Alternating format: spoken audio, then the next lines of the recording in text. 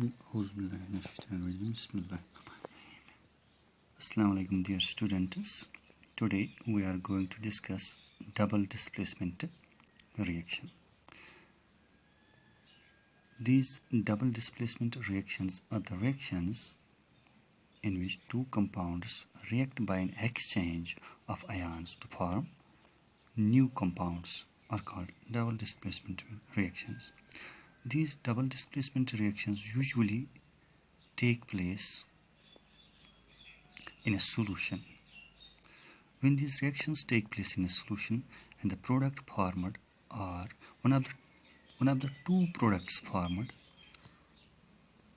is insoluble and it precipitates out. Here I will give you a few examples so that you can understand the process of double displacement reaction. Double displacement reaction, as you know, we take the example of silver nitrate aqueous and sodium chloride aqueous. Here we see silver nitrate and sodium chloride. Silver will displace sodium of sodium chloride and sodium chloride. Sodium of sodium chloride will displace silver of silver nitrate. Here we will get, if we will ionize silver nitrate, we will get Ag positive and NO3 negative. Similarly, if we ionize sodium chloride, we will get Na positive and Cl negative. So, this Na positive will react with Na3 negative to form sodium nitrate, and silver positive, Ag positive, will react with Cl negative to form silver chloride. Here we will see the new compound formed. Silver chloride is a solid, hence it's insoluble, as has been already discussed in the above, that in displacement reaction, double displacement reaction, one of the product forms is insoluble. So silver chloride formed is an insoluble, it's a white precipitate and it precipitates out, and the sodium nitrate is an aqueous and it's soluble. Similarly, we will take another example of barium chloride plus sodium sulfate. Barium chloride aqueous and sodium sulfate aqueous. Here, in this case, if we ionize barium chloride, it will give Ba2 negative, 2 positive and twice Cl negative. Similarly, if we ionize sodium sulfate, it will ionize as twice sodium positive and SO4 2 negative.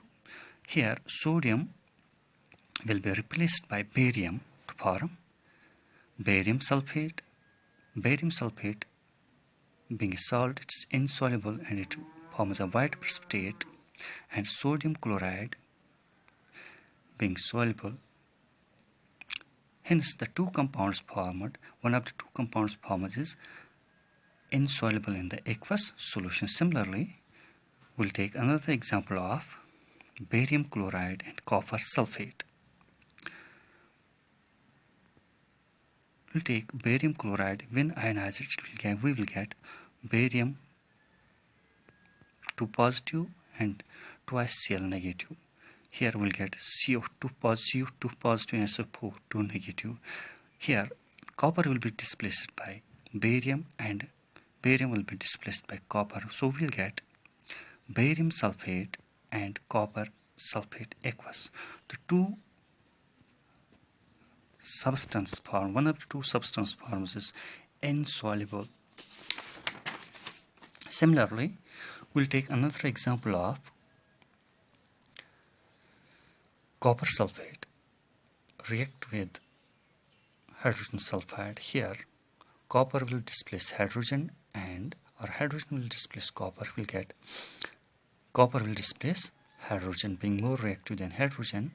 Here we'll get copper sulfide insoluble, forms a black precipitate, and hydrogen sulfuric acid. We call it sulfuric acid. Or we'll take another example of lead nitrate plus potassium iodide. When reacted, we'll get two new compounds, that's lead iodide forms a yellow precipitate and potassium nitrate. It's an aqueous is soluble in. Similarly, we'll react with acid with a base. Sodium hydroxide being a base is reacted with hydrochloric acid being an acid. When acid and base are reacted, they result in the formation of a salt. So sodium chloride formed is a salt and results in the formation of a water also.